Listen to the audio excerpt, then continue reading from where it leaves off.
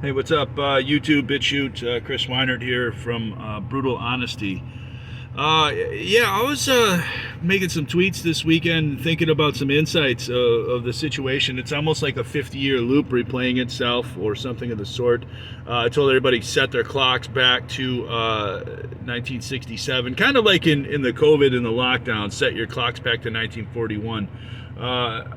This military-industrial complex is certainly using the financial instruments of the day and age to dispossess people at a record rate. And much of this economic sorcery and these Ponzi schemes are unfolding all at the same time, and they're all tied together and they're all correlated.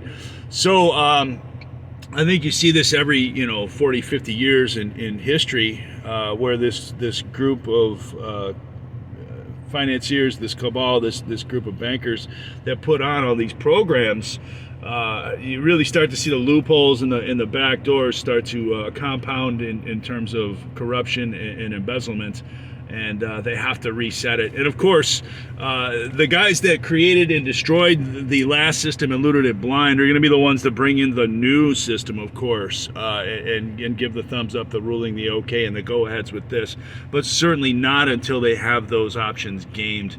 I mentioned cryptocurrency being the instrument by which they do this. They roll over the derivatives, the debt markets, the bond markets. And in order to do that, you got to crash these markets first. The housing market's going to come with it too. There's collateral damage as well. But all this is basically related to the Fed policies that they've created with QE and TARP and many of the corporate socialist programs that they put on the U.S. taxpayers' debt. 33 and a half trillion accounting now, and going up quite a bit every week. So, the interest on that kind of money alone is just insurmountable and just inconceivable. The average human couldn't imagine it. But these guys, these sociopathic addicts that are at the top of our food chains, these guys are so addicted to money and power that this is really just nothing for them. It's like putting an 8-ball in front of a Coke head, man. That thing's gone in 60 seconds. And it really does nothing to them, and they're looking for more in the next minute. So, yeah, this is the kind of the human thresher system of consumption that we have. And at the highest levels, the people that are trying to depopulate the consumers are the biggest consumers and the biggest issuers of debt. And this stuff comes out of nowhere, and it gets put on your children's neck like a millstone. So these wars, these pandemics, these crises, they find the money for these things. They borrow it into existence, and they put it on our tab and leave it for your children. So yeah, this is what I think is going on, and this is why they have to manipulate markets that actually have alternative tangible values. Things like the real estate market, things like the gold and silver and the commodities market, even oil. They manipulate that with the petrodollar since the 70s, and that was a result of the London gold pool crashing after World War II and the Bretton Woods of '44, and they had to write a new Bretton Woods in '71, basically closing the convertibility of the U.S. dollar to gold. And the reason they were doing this is they didn't have enough gold to meet the demand. And there's people that didn't want the dollar, they wanted the gold because they trusted the gold, not the dollar. And certainly the people that are issuing the dollars, creating the dollars, and valuing the dollars are the ones that have destroyed this trust and the ones that continue to maintain it. So yeah, I think that really what these guys are doing is, milking the old system out as much as they can. It's the old empire, the Parasite Guild, the London Theatre Company, the nobility of Europe, this Khazarian Judaic group that has embezzled and swindled humanity for thousands of years. The guys that really came up with the Venetian and the Genovese bond market in the first place, the creation of feudalism in the Doomsday Book, the Norman conquest, the conversion of all the unconquered and unsettled lands into compliance with this Holy Roman Empire and whatnot. The guys that run both sides of the Guelph and the Ghibelline Wars. Do you really think, for that matter, that there's going to be, like in France or in England or any of these other European empires, that there's going to be this type of a schism amongst family members where they're going to use every single farmer, peasant, and fighting age male civilian in the means of sacrifice for war to really conquer one another when they own the land in the first place? So in a sense, either this is a true situation and there's such insurmountable greed that there's no honor amongst these thieves, one, or two, there's a possibility that this is all staged and orchestrated and used to depopulate the herd. And this is, based on the Judeo-Masonic insider texts, about building the empires on the backs of widows and orphans, and destroying the fighting age males to defend that would defend their land and their property and their way of the world, the social contract even.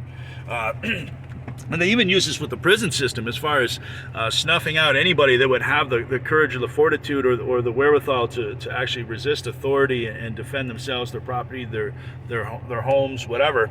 They don't want that to become a commonplace thing. They want you to be paralyzed by the draconian legal system, the asymmetrical one, the one that will surveil the citizens to no end with CBDCs or surveillance or Dragnet or Alexa or any of these things, right? The TSA, on and on, right? While these assholes fly around in charter jets and then try to come up with carbon taxes on your ass for just simply breathing in this world. And to guilt and shame your children out of repopulation with these indoctrinations, which they put so much money into this theater.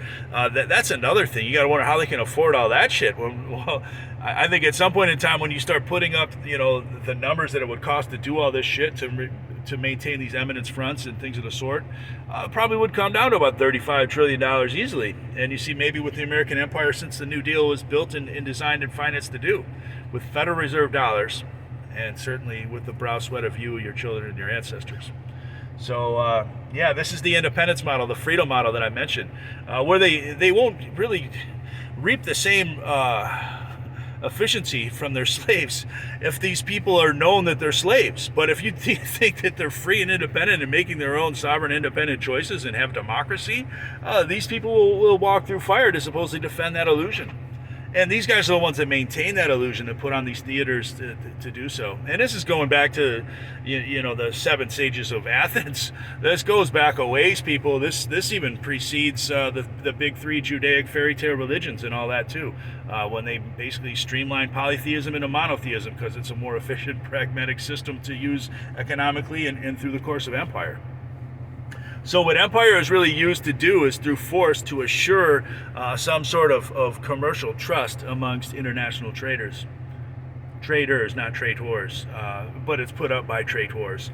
Yeah, and really, like I said, in Rome and any other republic, they have the illusion of democracy, the model of the Cincinnatus, where it lends the impression that there is a group of plebeians that actually have, right and the same weight in terms of legislation or law or justice or things of the sort, and commercial decisions, empirical decisions, as the wealthy do. And clearly it is just a tokenized allotment. It is certainly not anything that's given any real power or pragmatic utility. It is something that's just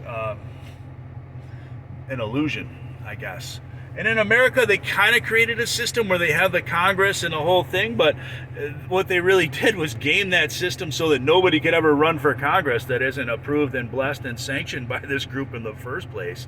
So they will have controlled opposition there as well. These guys don't leave anything to chance. This is like hedge funds controlling the world. This is the same thing that they're doing now.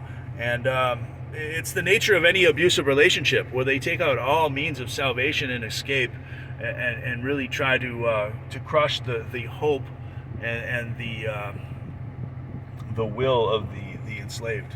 So I think that there's an aspect of the human condition that's always resisted slavery, and they've always known how to appeal to that condition, to rationalize it through some sort of delayed gratification or some sort of sense of sacrifice that is necessary to appease a deity that they created and basically imposed on people with the cross and sword, going back to the 6th, 7th, 8th centuries in Europe and on through to the natives in the 14 and 1500s.